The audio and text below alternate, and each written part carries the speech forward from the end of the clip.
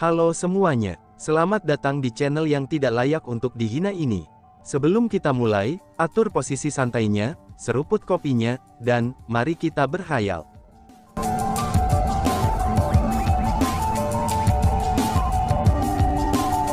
Melanjutkan cerita sebelumnya, kamu pasti salah. Bagaimana mungkin mereka berlima melewati percobaan? Beitang Zimo berkata dengan nada yang sangat tidak percaya. Apakah kamu mempertanyakan penilaian tuanku? Tanya Baili Xinghe. Mendengar apa yang dikatakan Beitang Zimo, tatapan Baili Xinghe segera menjadi sedingin es. Tampaknya dia tidak akan mentolerir siapapun yang meragukan penilaian tuannya. Aku tidak akan berani mempertanyakan penilaian Immortal Refinement Weaponry. Hanya saja, mengapa mereka berlima bisa lulus? Beri aku alasan mengapa mereka lulus. Beitang Zimo bertanya dengan cara yang sangat tidak meyakinkan. Sebenarnya bukan hanya mereka berlima yang memiliki kemampuan untuk lulus percobaan. Banyak orang di antara kalian semua yang hadir di sini juga mampu melewati cobaan itu. Namun sayangnya, kamu semua tidak mendengarkan saran Chu Feng, dan memutuskan untuk mengambil jalan yang tidak benar. Itulah sebabnya kalian semua melewatkan kesempatan ini. Jika kamu ingin bertanya kepada aku mengapa Chu Feng dan yang lainnya telah melewati persidangan, sebenarnya itu sangatlah sederhana. Itu semua karena mereka memilih untuk mengambil jalan kiri, kata Baili Xinghe. Apa? Bagaimana mungkin? Sebenarnya hanya itu. Mendengar kata-kata itu, semua orang tercengang. Mereka semua memiliki ekspresi yang mirip disambar petir, dan pola pikir mereka semua sangat kacau. Baili Xinghe telah memberi tahu mereka, alasan mengapa mereka gagal. Namun, alasan ini sangat sulit bagi mereka untuk menerimanya. Itu karena, Chu Feng memang menyarankan mereka untuk mengambil jalan yang kiri. Namun tidak hanya mereka tidak mendengarkannya, mereka bahkan mengejek dan menghina Chu Feng, dan menyatakan bahwa dia mengatakan kepada mereka untuk mati. Pada saat ini, mereka menyadari bahwa mereka seperti anjing yang menggigit Lu Dongbin. Bahkan jika mereka gagal melewati cobaan, itu hanya dibawa sendiri. Chu Feng, kamu benar-benar luar biasa. Mempercayai kamu memang pilihan yang tepat. Kami pada akhirnya benar-benar menjadi satu-satunya orang yang lulus cobaan ini, ucal Bai He. Pada saat ini, senyum Nan Gong Bai He sangat cemerlang. Kakak Chu Feng, kamu luar biasa. Kakak Chu Feng, kamu luar biasa, wow, ucap si Molly. Adapun Nan Gong Molly, dia mulai melompat-lompat sambil berteriak.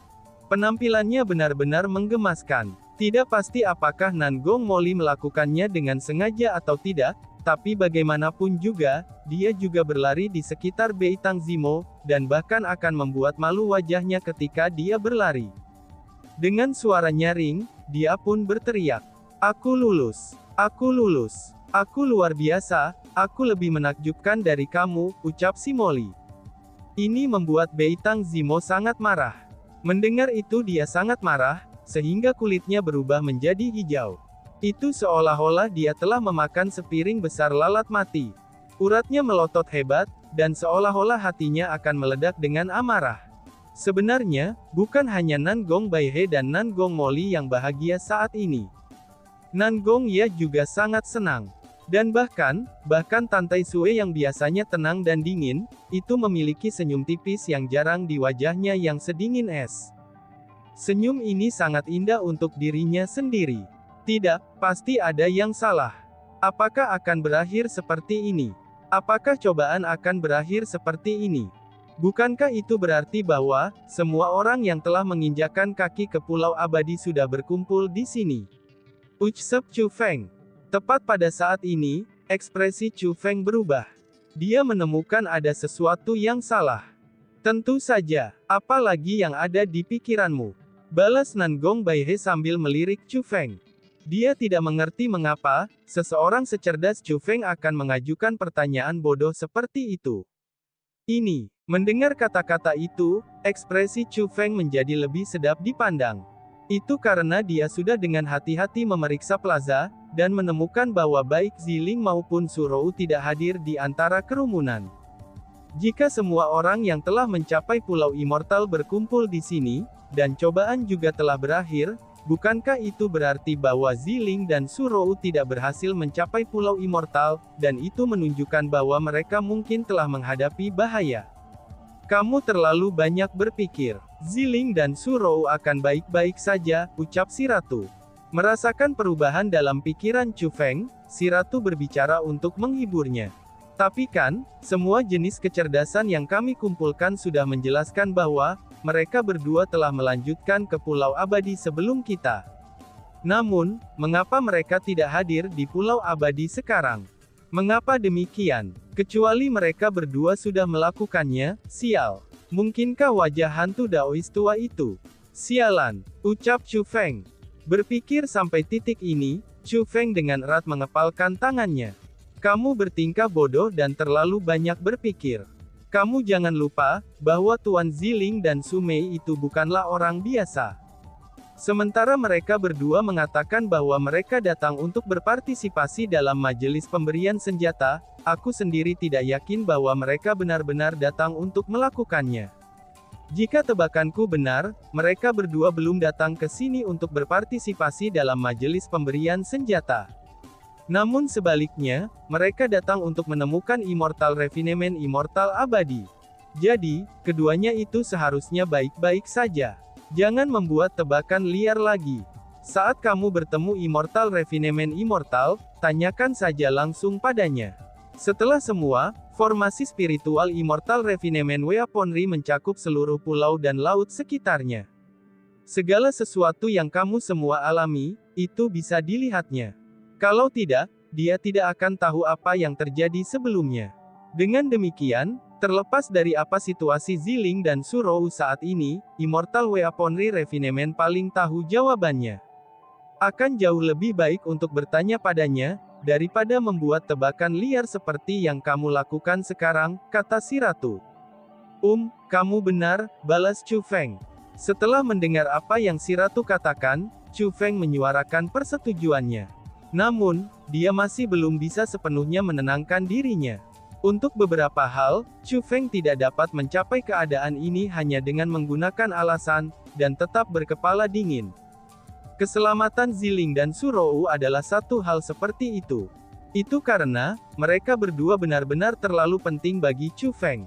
Pada saat ini, Beitang Zimo mulai berteriak keras dengan cara yang sangat tidak meyakinkan. Aku tidak yakin. Aku tidak yakin. Mengapa bisa begitu? Mengapa mereka dapat melewati ujian hanya karena mereka memilih jalan kiri yang tampaknya berbahaya? Selain itu, ada orang-orang dari klan Kekaisaran Beitang aku yang memasuki lorong kiri juga. Namun, tidak hanya mereka tidak lulus percobaan, satu orang bahkan meninggal di sana. Bagian itu hanyalah jalan menuju bencana. Mungkinkah cobaan kamu itu ada yang mendorong kita ke kematian kita? Cobaan ini hanya omong kosong. Weaponry Bestowment Assembly hanyalah omong kosong. Ini hanyalah majelis pembantaian. Kamu mungkin juga langsung menyebutnya majelis pembantaian. Teriak Beitang Zimo. Dia tidak mau menerima kebenaran. Dia tidak mau mengakui bahwa dia, seorang pangeran besar dari klan Beitang, sebenarnya lebih rendah dari Chu Feng. Dan, boom! Tepat pada saat ini, mata Bai Li Xinghe menyala. Langit segera menjadi gelap, dan penindasan yang sangat menakutkan pun datang dari langit. Penindasan itu mendarat ke tubuh Beitang Zimo. Menjerit. Beitang Zimo tertangkap basah, dan tertimpa tanah oleh kekuatan penindasan yang luar biasa. Seperti seekor anjing yang sekarat, dia hanya bisa berbaring di tanah. Tanah-tanah yang ada di tanah juga mulai terbang. Beitang Zimo hantam ke tanah, dan tidak bisa bergerak sedikit pun. Tuan Muda Zimo. Melihat itu, orang-orang dari klan Beitang Kekaisaran segera berlari. Mereka ingin menyelamatkan Beitang Zimo. Namun, siapapun yang mendekati Beitang Zimo, mereka akhirnya dihantam ke tanah juga oleh tekanan menakutkan dari kekuatan yang menindas. Mereka semua juga tidak bisa bergerak sedikit pun. Bas-bas. Tepat pada saat ini, bintang-bintang di langit tiba-tiba saja memenuhi langit, dan kemudian berubah menjadi sinar cahaya dan turun dari langit. Pada saat ini, bahkan ekspresi Chu Feng langsung berubah. Itu karena, tidak hanya sinar cahaya yang memancarkan kekuatan itu yang menakutkan, tapi itu juga memancarkan niat membunuh yang sangat kuat. Selanjutnya, itu ditujukan pada Beitang Zimo dan yang lainnya dari klan Kekaisaran Beitang. Mungkinkah Baili Xinghe sesombong ini, bahwa ia akan secara terbuka membunuh orang-orang klan Beitang di depan semua orang? Tiba-tiba, sinar cahaya itu berhenti. Cahaya itu berhenti pada jarak kurang dari 1 meter dari Beitang Zimo dan yang lainnya. Pada akhirnya, Baili Xinghe tidak membunuh Beitang Zimo. Dia hanya menakuti orang-orang dari klan Kekaisaran Beitang, dan dia memang berhasil. Itu karena ketika Beitang Zimo dihadapkan dengan kekuatan yang sangat besar dan niat membunuh yang absolut, meskipun dia mencoba yang terbaik untuk menyembunyikannya, tapi tubuhnya mulai menggigil. Dia benar-benar ketakutan. Kamu harus ingat, Pulau Abadi kami bukanlah tempat di mana kamu dapat berperilaku mengerikan, ucap Baili Xinghe. Setelah dia selesai mengucapkan kata-kata itu, mata Baili Xinghe bersinar. Kemudian sinar cahaya itu, bintang-bintang, dan segala sesuatu lainnya menghilang dalam sekejap.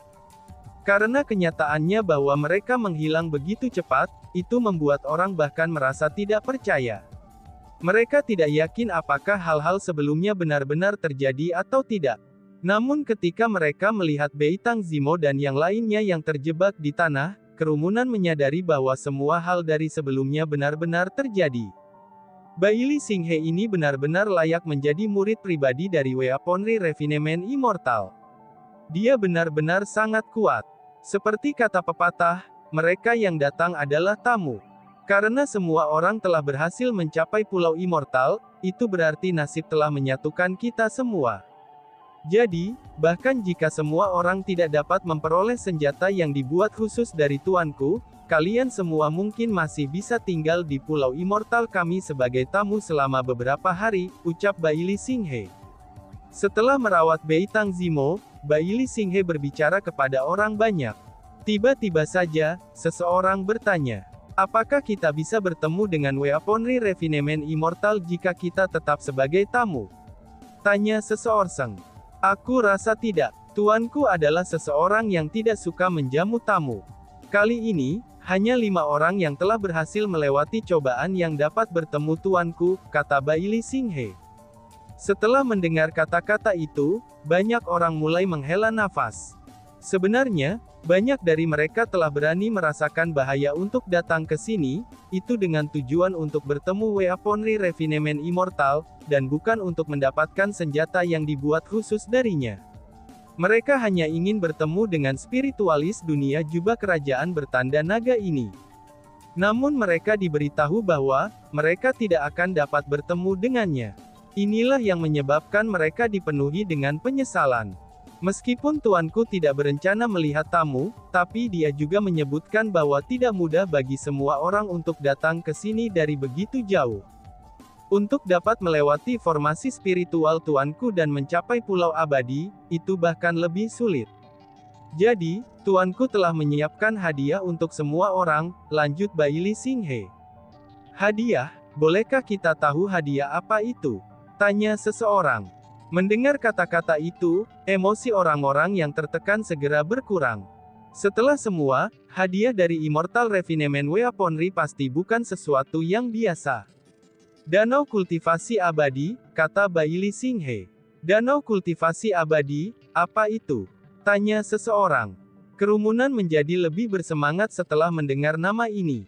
Itu karena nama itu cukup untuk memberitahu mereka bahwa, yang disebut danau kultivasi abadi harus menjadi tempat yang sangat luar biasa. Namun, mereka masih ingin tahu persisnya, apa itu danau kultivasi abadi. Tuanku telah mengumpulkan keanehan alami yang tak terhitung jumlahnya, harta langka, dan ramuan obat yang tiada bandingannya. Kemudian, dia memperhalus mereka melalui penggunaan formasi spiritual, dan menambahkannya dengan kekuatan spiritual tingkat naganya. Dia menghabiskan total 9.999 hari untuk akhirnya memperbaiki danau obat. Danau obat ini tidak hanya mengandung energi bela diri yang sangat kuat, dan juga mengandung energi spiritual. Selain itu, tidak ada energi yang terkandung di danau mengamuk. Dengan demikian, para kultivator dari setiap kultivasi akan dapat memasukinya dengan aman, dan menyerap energi tersebut. Setelah masuk, seseorang pasti akan bisa mendapatkan panen yang cukup signifikan. Karena faktanya bahwa energi yang terkandung di danau itu sangat besar, dan danau itu disempurnakan oleh tuanku melalui kerja kerasnya, dan tuanku pada akhirnya menamakannya sebagai danau kultivasi abadi, kata Baili Singhe. Setelah mendengar apa yang dikatakan Baili Singhe, kerumunan itu segera meledak. Semua orang memutuskan bahwa mereka akan tinggal. Karena bagaimanapun, semua orang yang hadir di sini adalah kultivator bela diri.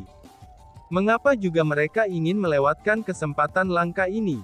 Dan bahkan Beitang Zimo yang telah dipermalukan oleh Baili Singhe sebelumnya, dia juga tidak pergi.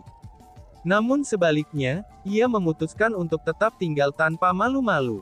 Setelah semua, di seluruh tanah suci martialism, hanya ada beberapa spiritualis dunia jubah kerajaan tanda naga. Lebih jauh, mereka semua adalah makhluk luar biasa yang tidak dapat dicari. Dan sekarang, kesempatan untuk mengalami danau kultivasi abadi yang Immortal Refinement Weaponry telah habiskan selama 9.999 hari, dan harta yang tak terhitung jumlahnya untuk disempurnakan disajikan kepadanya. Tentu saja, Beitang Zimo juga tidak mau ketinggalan. Dengan demikian, semua orang yang berhasil mencapai Pulau Abadi memutuskan untuk tinggal, dan menunggu kesempatan untuk memasuki danau kultivasi abadi. Pada saat kerumunan sangat gembira dengan kenyataan bahwa mereka bisa memasuki danau kultivasi abadi, Baili Singhe tiba-tiba berbicara. Karena semua orang telah memutuskan untuk tinggal, maka silahkan ikuti aturan Pulau Abadi kita. Kamu semua dapat bergerak dengan bebas, di tempat-tempat di mana kami mengizinkan kamu semua untuk pergi. Namun untuk tempat-tempat di mana kami tidak mengizinkan kamu semua untuk pergi, maka akan lebih baik bagi kamu untuk tidak menginjakkan kaki di sana. Jika kamu tidak mendengarkan peringatanku ini, aku khawatir kamu tidak akan bisa meninggalkan Pulau Abadi kita lagi, ucap Baili Singhe memperingatkan. Setelah selesai mengucapkan kata-kata itu, dia berbalik dan pergi tanpa repot-repot dengan reaksi dari kerumunan. Arogansi. Baili Singhe ini juga sangat sombong. Namun meski begitu, kesombongannya berbeda dari kesombongan orang lain. Misalnya, mereka yang memiliki kekuatan besar biasanya akan memandang rendah mereka yang lebih lemah daripada mereka, itu dengan mengandalkan kultivasi atau kekuatan mereka yang lebih kuat. Namun untuk Baili Singhe ini, dia berbeda. Kesombongannya sangat mendasar bagi karakternya. Dia adalah seseorang yang tidak menempatkan siapapun di matanya. Baili Singhe itu benar-benar sombong. Kata-kata dan tindakannya itu, semuanya itu tanpa henti, ucap Baihe. Nangong Baihe tidak menyukai karakter Baili Singhe, dan dia juga tidak suka cara dia menangani sesuatu. Memang benar, dia agak sombong. Namun tetap saja, bahwa dia adalah murid pribadi Weaponry Refinement Immortal, dan juga jenius tingkat pertama. Sangat sedikit orang yang memiliki bakat untuk dibandingkan dengannya.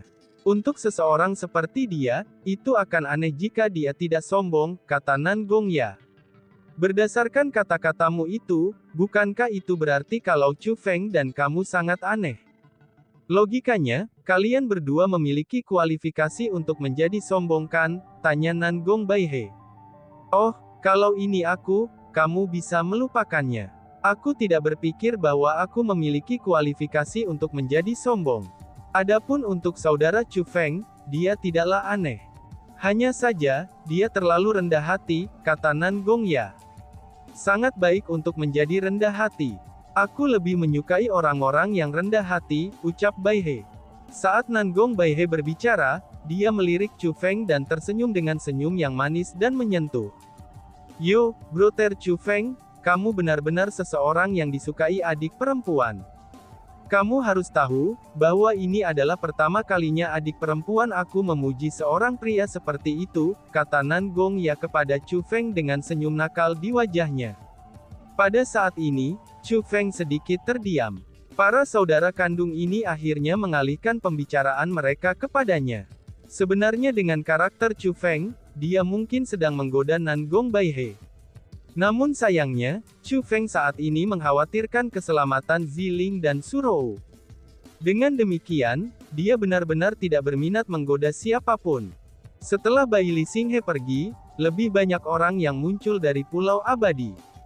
Mereka semua mengenakan pakaian putih, dan juga topi bambu yang berbentuk kerucut. Mereka memiliki penampilan ahli yang luar biasa. Selain itu, kultivasi mereka juga sangat luar biasa. Pulau Abadi ini benar-benar tempat dengan para ahli seperti awan.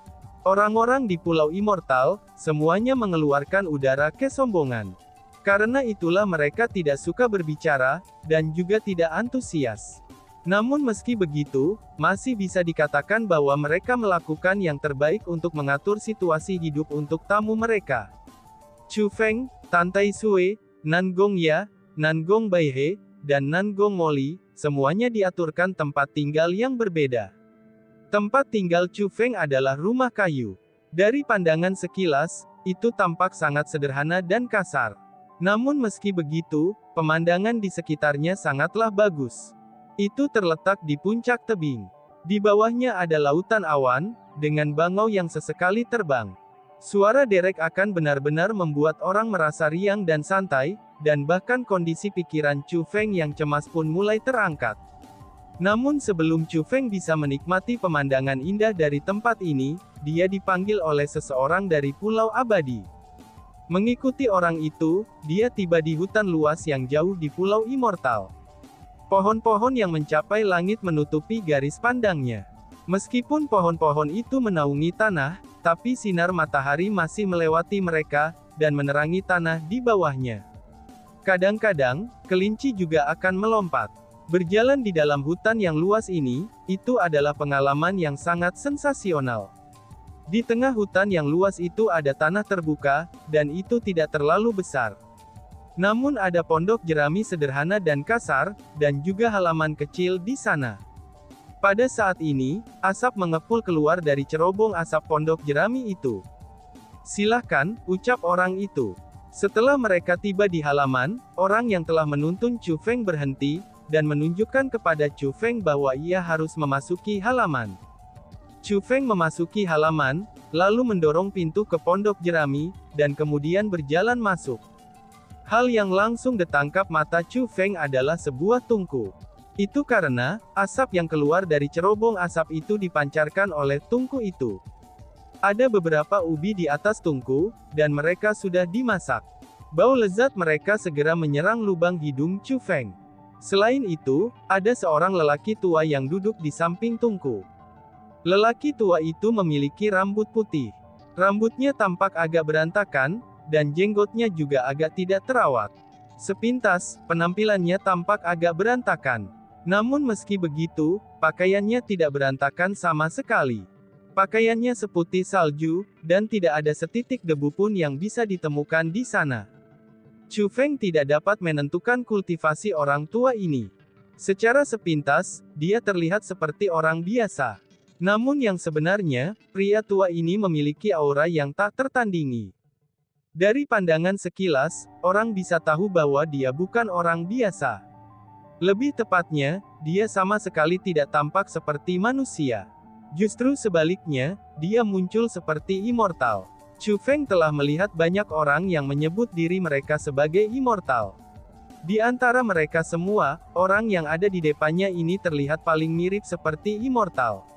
Kemungkinan besarnya, orang di depannya ini adalah pemilik Pulau Abadi, spiritualis dunia jubah kerajaan bertanda naga yang terkenal di seluruh tanah suci martialism, Tuan Weaponry Refinement Immortal. Dan tiba-tiba saja bersambung. Sekian dan terima kasih banyak. Bye-bye.